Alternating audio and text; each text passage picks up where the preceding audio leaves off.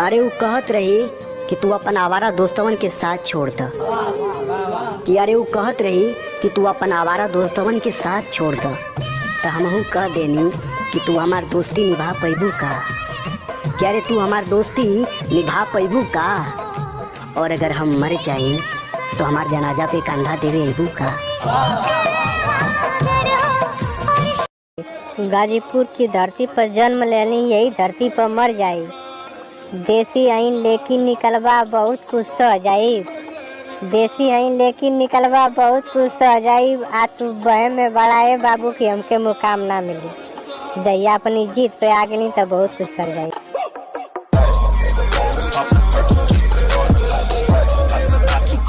जितना रतिया में जागल है तोहरे खातिर उतना तू जागल हऊ का। जितना रतिया में जागल है तोहरे खातिर उतना तू जागल हऊ का। रखिया मारी लू सबके समहनवा घटवा पर जाना पागल हऊ का।